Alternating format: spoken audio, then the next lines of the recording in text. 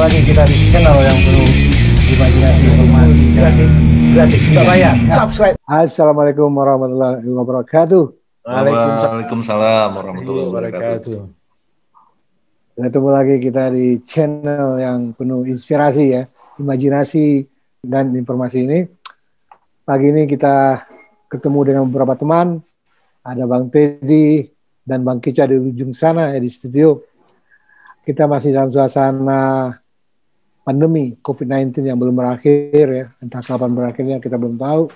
Namun demikian kita tentu selalu berdoa supaya pandemi ini cepat berakhir dan kita semua bisa selamat melewati pandemi dengan baik.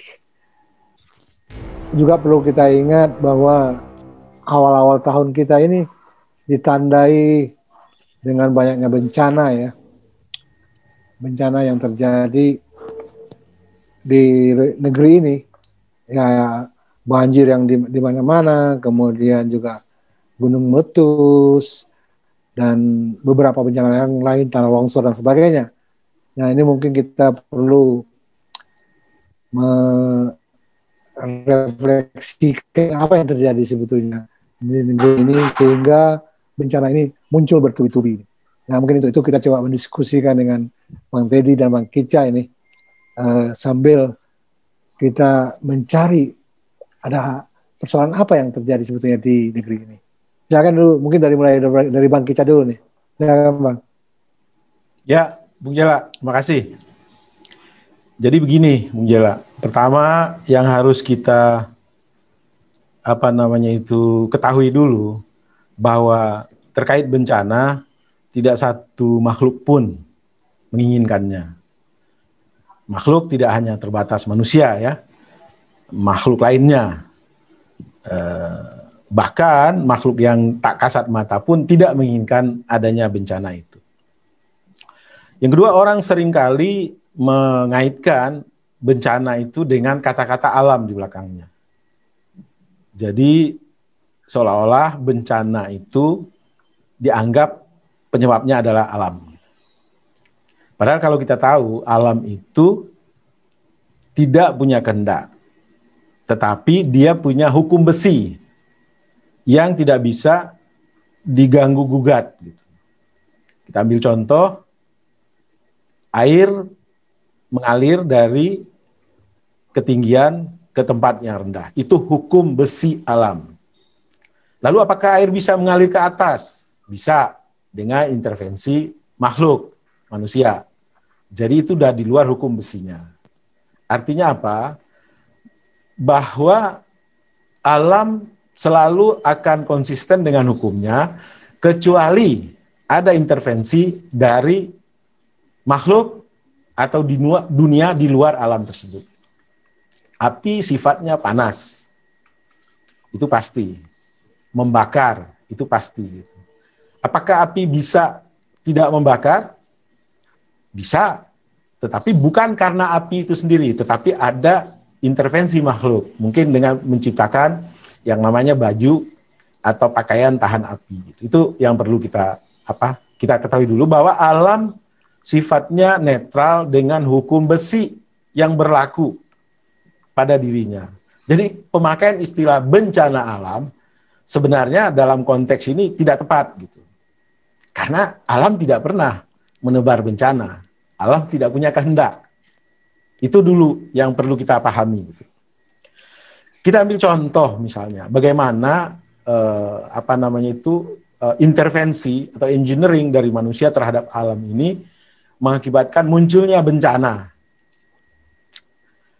Kita tahu bahwa mungkin 10-15 tahun belakangan ini, fenomena atau 20 tahun belakangan ini, fenomena membebaskan lahan yang begitu banyak di hutan-hutan Sumatera, Kalimantan, Irian, Sulawesi, di hampir semua belahan Nusantara ini, dan kemudian diintervensi dengan menyeragamkan hutan. Kita tahu padahal bahwa hutan itu terbentuk jutaan tahun dan berbagai macam keseimbangan hidup ada di dalamnya. Lalu tiba-tiba karena kehendak manusia diseragamkanlah menjadi hutan sawit. Dan kita tahu bahwa salah satu bencana yang menyebabkan banyaknya penderitaan di masyarakat-masyarakat yang berada di sekitar perkebunan tersebut, ya implikasi dari rekayasa manusia terhadap hutan tersebut gitu. Tapi Bang Kica nggak terlalu mau masuk dalam ke sana karena itu wilayahnya orang yang punya otoritas dalam masalah lingkungan. Bang Kica hanya ingin kita lebih mengerucutkan diskusi ini kepada fenomena sosial, bahwa nature-nya, bahwa normalnya, bahwa warasnya tidak satupun dari makhluk dan termasuk kita manusia senang, ingin atau gembira menghadapi bencana. Tetapi apa yang kita lihat, nah kita lebih spesifik lagi terhadap bencana yang sekarang sedang melanda, banyaknya banjir, itu ada perlakuan sikap yang berbeda dari sekelompok orang terhadap bencana tersebut. Bang Kica ambil contoh di sekitar bulan Februari 2020 yang baru lalu, terjadi banjir di ibu kota negara, di Jakarta, dan itu reaksi dari kelompok orang tertentu terhadap pemerintah daerah DKI Jakarta, katakanlah Anies Baswedan, itu luar biasa. Ya rasa-rasanya nggak pantas ya, kalimat bulian, kalimat-kalimat makian, segala macam itu dihadirkan kepada sesuatu yang terjadi bukan atas kehendak manusia gitu. Dan tidak satu kalimat pun dari orang-orang atau kelompok tersebut yang kita dengar saat ini ketika saudara-saudara kita di Semarang katakanlah dilanda oleh bencana banjir gitu. Nah, barangkali Bung Astra bisa mengelaborasinya. Kenapa ada terjadi perbedaan cara kita menyikapi, cara kita memberikan pendapat terhadap satu musibah yang sama, padahal nature-nya, warasnya, bahwa tidak satupun dari kita ingin adanya bencana. Gitu. Silakan Bung Astra. Terima kasih Bang Jela, Kica, wah sehat-sehat semua lah ya. Mudah-mudahan pada terhindar dari pandemi. Amin. Yang benar-benar bikin stres, hampir seluruh aspek kehidupan stres, kehidupan pribadi maupun kehidupan bernegara pun juga pada stres. Menarik nih topik nih sebetulnya. Memang kebetulan apa yang di hadapan kita yang terjadi yang seperti ini. Baik Bang Jela, Bang Kica, kalau kita melihat, pertama, kita stop dulu, stop bicara mengatakan ini bencana alam, itu pertama. Tadi Bang Jela juga ada nyampaikan sebenarnya, karena sebetulnya tidak pernah alam itu membuat satu bencana. Alam tidak mungkin membuat bencana. Bencana muncul karena manusia lah membuat kerusakan. Jadi kalau begitu, yang keliru ini siapa? Mari kita koreksi pada diri kita masing-masing. Diri kita itu siapa? Baik itu seluruh aspek. Baik itu pemerintahnya maupun masyarakatnya. Itu nggak bisa lepas tangan memberikan kontribusi terhadap satu bencana. Cuman balik-balik lagi, kalau boleh kita bedah, bencana itu bisa kita bagi, mana yang bisa kita kendalikan, mana yang nggak bisa kita kendalikan. Kalau seperti kayak tsunami, gempa bumi, apalagi ya, Gunung Merapi, itu kayaknya rada agak sulit kita untuk mengendalikan. Tapi kalau memang kita yang bicarakan ini spesifiknya pada banjir, ini tanda kutip ya, Bang Kica ya. Jadi bicara bencana alam, bicara bencana itu bencana banjir lebih tepatnya barangkali ya. Tapi Benar. bukan bicara masalah yang lain, gempa bumi, yang lain-lain itu, karena banjir ini bisa dikendalikan. Ini memang pertama mungkin kita harus cukup prihatin kepada saudara-saudara kita yang di daerahnya ditimpa musibah banjir. Kalimantan, Manado, Jawa Timur, Jawa Tengah, Jawa Barat, mungkin daerah-daerah lain juga, mungkin di Papua juga. Paling tidak ini juga bisa untuk kita ambil pelajaran untuk kedepannya harus bagaimana. Mari kita lihat, sebetulnya kenapa terjadi bencana? Jangan disalahkan alam. Alam tidak pernah berbuat untuk membuat satu bencana. Alam tidak akan membuat satu kerusakan. Manusia yang membuat kerusakan. Mari kita lihat. Paling tidaknya ada 4 faktor penentu kenapa terjadi ini. 2 besarannya, kita ambil besarannya. Pertama masalah kebijakan, faktor kebijakan. Kedua masalah keperilakuan manusianya. Jadi kedua-dua aspek ini kita lihat. Mungkin detailnya mungkin para pakar udah bisa, dananya bisa sama para pakar, tapi secara faktor penentunya bisa kita klasifikasikan pada 2 ini aja. Kebijakan dan keperilakuan, behavioral daripada sosial itu sendiri, sosial masyarakat. Nah, kebijakan bisa kita lihat, mari kita bedah. Ada kebijakannya, ada berapa aspek ya.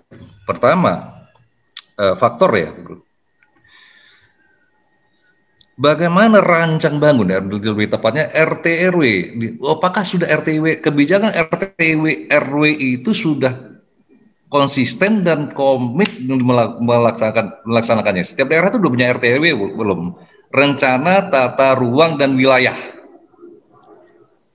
Kedua, kebijakan dalam eksploitasi. Nah, kita nanti Bang Kica jadi udah menyinggung-nyinggung nih masalah deforestasi dan lain-lain. Dan ketiga, memang secara natural, kalau kita bicara banjir, air turun adalah sifat air adalah mencari yang di bawah.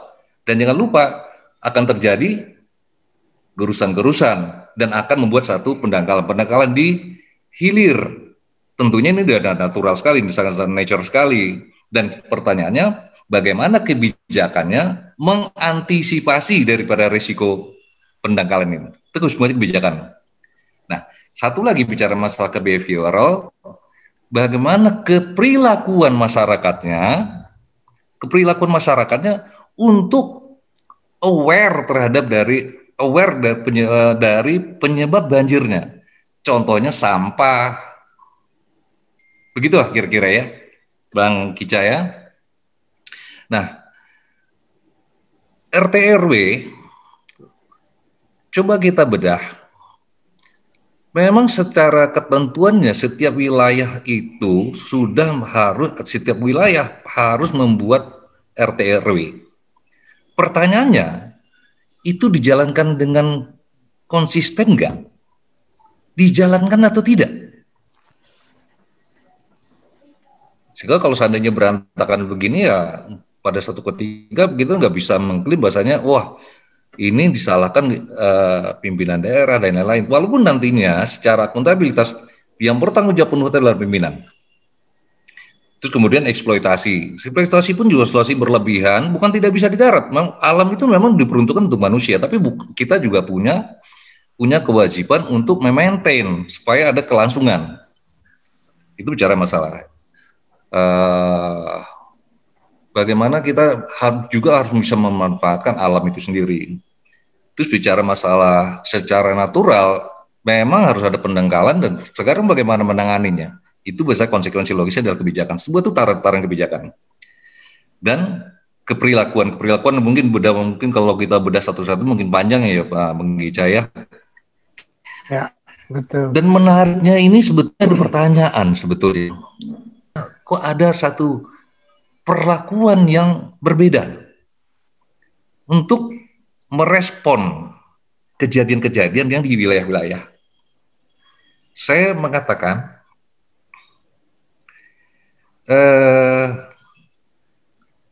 dalam program kebijakan publik itu ada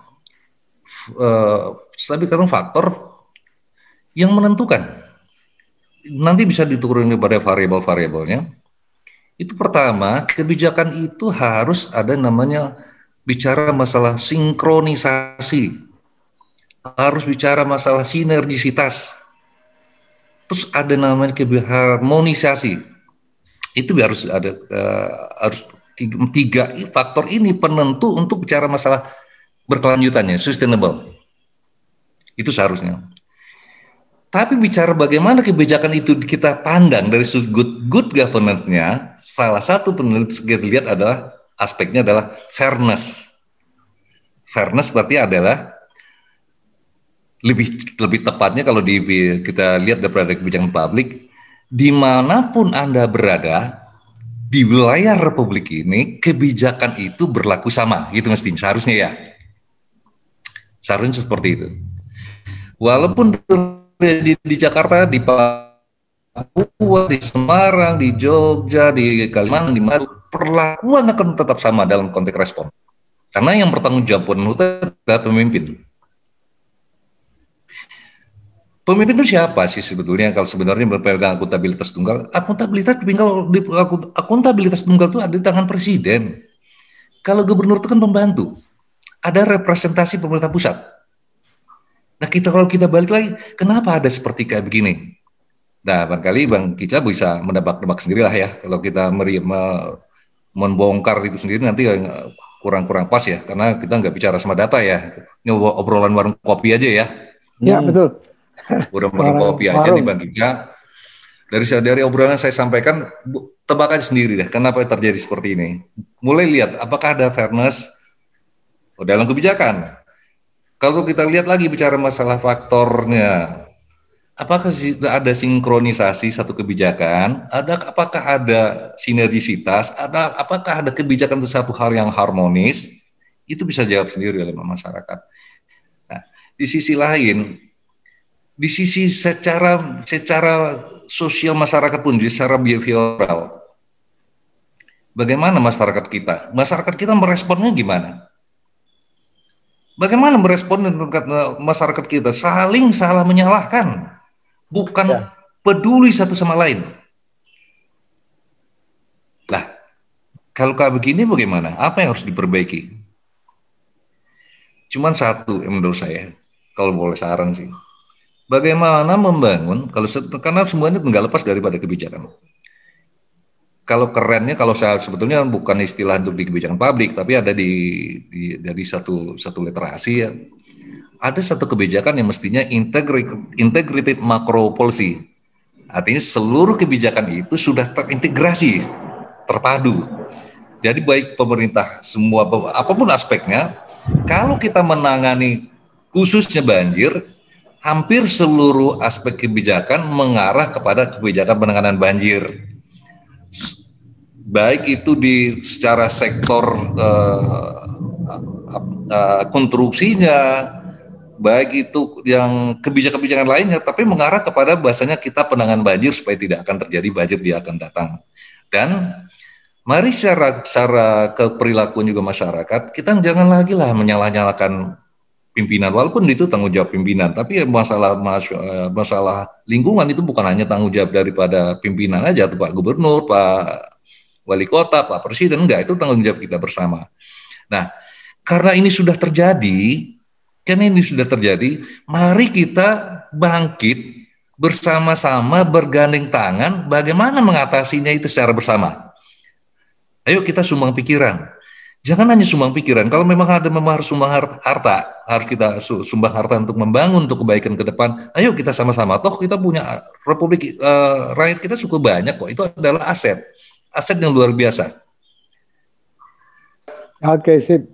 Terima kasih Bang Teddy. Ini luar biasa dibahasnya. Ini dari awal ya, Bang Kica sudah menyampaikan beberapa hal mengenai bencana alam dan sebagainya, dan kita sepakat bahwa tidak pernah ada sebetulnya alam itu membuat bencana. Kan bencana itu karena diakibatkan oleh perbuatan tangan manusia juga. Nah, betul. Ini kita mungkin bisa kembali ke lagunya Ebit GAD itu kalau gitu. Tapi di luar itu semua ya, di dalam kepercayaan kita juga sebagai orang Islam ya, bencana itu ada. Artinya bencana itu bisa merupakan suatu hukuman dan juga bisa suatu peringatan gitu kan ya. Nah tadi dari bahas secara aspek Bang Kica mengenai sikap masyarakat terhadap bencana atau terhadap musibah. Kemudian Bang Teddy juga secara teknis dan ilmiah sudah menyampaikan bahwa seharusnya sudah ada aturan pakemnya yang ada untuk menangani kehidupan ini, untuk menata lingkungan ini dengan sebaik-baiknya gitu kan. Mungkin menarik juga untuk kita lihat bagaimana orang menyikapi suatu musibah, dan itu kembali lagi bahwa apa yang muncul di jaringan sosial atau media sosial hari ini, nah itu kan tergantung siapa yang mengedrive-nya gitu kan, siapa yang kencang memberikan drive ya, mungkin itu yang didengar. Tapi apakah ya masyarakat melihat itu juga, kita juga bertanya-tanya gitu kan. Oke, sebelum kita closing untuk sesi ini, mungkin Bang Kica dan Bang Teddy silakan bergantian untuk menyampaikan statementnya, closing statementnya.